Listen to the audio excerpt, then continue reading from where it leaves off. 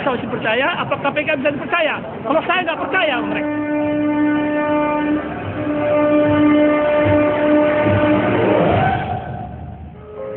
Ibarat pemain sinetron, Gayus Halomuan P. Tambunan benar-benar seorang aktor yang sangat serba bisa.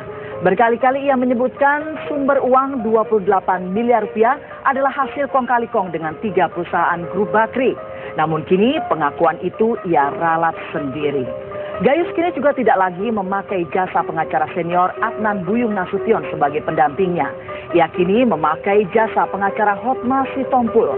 Peran mafia hukum dan mafia pajak dituding masih mengendalikan skenario kasus Gayus. Pemirsa, mana pengakuan Gayus yang bohong tentang asal-usul uang 28 miliar rupiah miliknya? Lantas mengapa Adnan Buyung Nasution tidak lagi mendampingi Gayus Tambunan ketika mulai diperiksa KPK? Pemirsa, inilah Metro Realitas.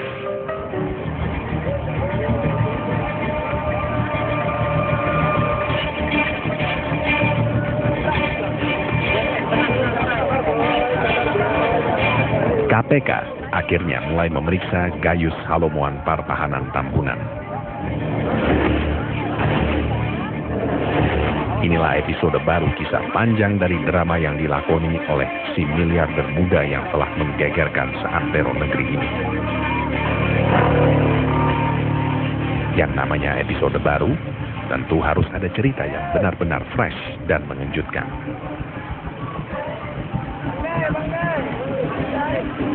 Nah, rupanya Gayus pun sudah menyiapkan cerita super segar tersebut, yakni tentang asal-muasal uang 28 miliar rupiah miliknya yang sejakui dari hasil mengurus pajak 3 perusahaan grup Bakri.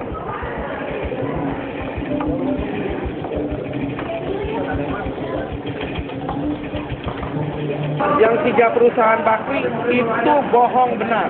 Kenapa? Karena itu disebutkan permintaan Denny. Jelas kan? Berarti bohong bang, nggak ada sebenarnya. Tidak ada itu, tidak ada dicek nanti secara hukum. Apa betul ada 3 perusahaan itu berhubungan dengan Gayus? Tidak ada. Lalu kenapa kamu sebutkan 3 perusahaan itu? Disuruh Denny, jelas kan?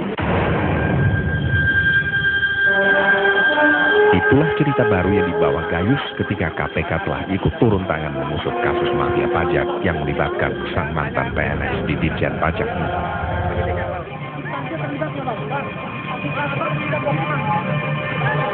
Kenapa kok tiba-tiba sekarang berbalik?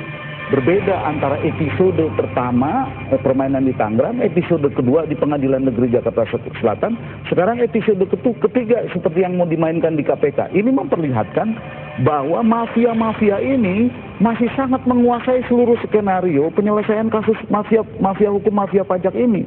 Jadi saya kira kita harus lebih berhati-hati karena ini bisa kita jadi saling diadu satu sama lain, dan yang paling buruk adalah peradilan kita bisa menjadi peradilan sesat kalau kayak begini.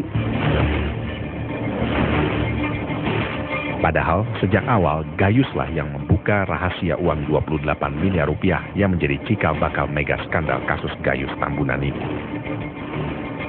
Gayus ini terlihat ya bahwa dia itu ternyata pemain, tetapi dia juga simpul, dia juga pengumpul sekaligus juga penyalur. Tetapi kalau dilihat lebih lanjut, dia juga ternyata boneka.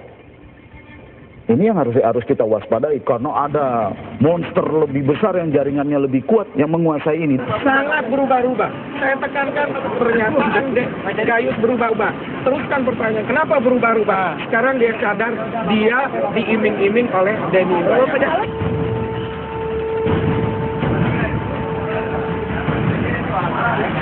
Ketika diperiksa di persidangan, Gayus juga membeberkan secara rinci bagaimana ia bisa mendapatkan uang 28 miliar rupiah. Gayus pun menjelaskan 3 perusahaan grup Bakri yang urusan pajaknya pernah diurus oleh mantan pegawai Ditjen Pajak golongan 3A ini. Lalu uang saudara yang 28 miliar dolar yang ada di bank yang diblokir itu berasal dari mana? Kalau bukan dari Andi Kosasi. Dari 3 pekerjaan yang mulia. Dari 3 pekerjaan. Pekerjaan pertama adalah mengeluarkan surat ketetapan pajak PT Kaltim Primakol. Pekerjaan yang kedua adalah melakukan persiapan dalam rangka sidang banding PT Bumi Resource tahun pajak 2005. Kan kalau mau lempar bola ini, bola isi, masa lagi nggak ada. Masa ada yang terlibat juga karena ini bolanya nggak mati di tangan sendiri. Tapi supaya ininya Gayus bahkan sudah membuka tabir mafia pajak, termasuk menyebut perusahaan terkait grup Bakri sejak diburu ke Singapura oleh Satgas Pemberantasan Mafia Hukum dan Polri.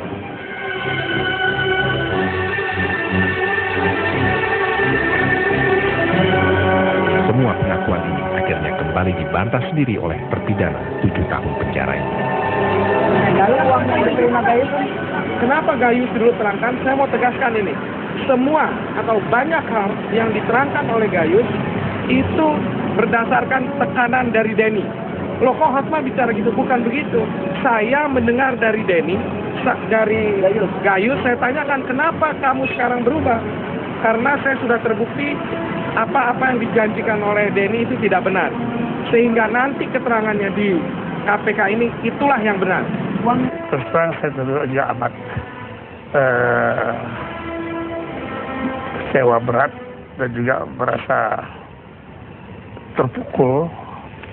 Andikosasi itu kan rupanya kan perjanjian pura-pura saja, seolah-olah ada perjanjian transfer uang dari Andikosasi kepada Gayus yang direkayasa oleh pembelanya dan polisi. Ternyata kan itu tidak benar. Nah, kalau tidak benar, kata Anda yakin ambil aku, dari mana dong uang 28 itu? Dia cerita terbuka dari grup Bakri. Dia uraikan satu persatu secara rinci. Itu kan tanpa tekanan.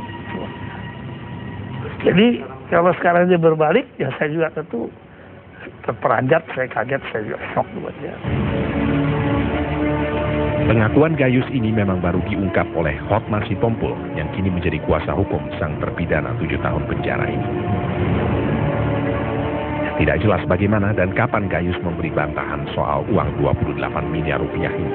Padahal KPK sendiri baru memeriksa Gayus tentang hal-hal yang sifatnya normatif saja.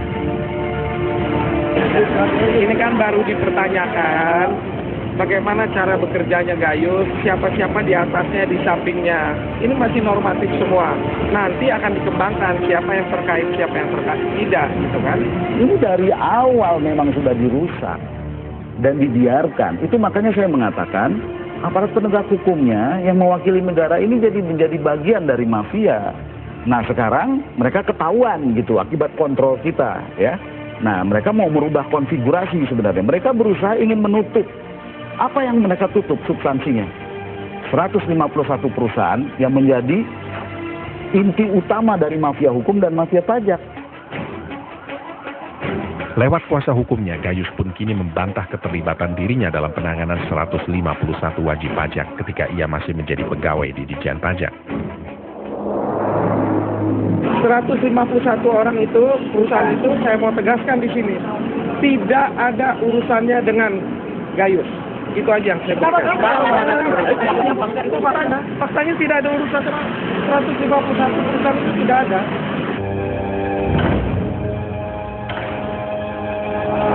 Bantahan kuasa hukum Gayus ini berbeda dengan penelusuran tim Metro Realitas.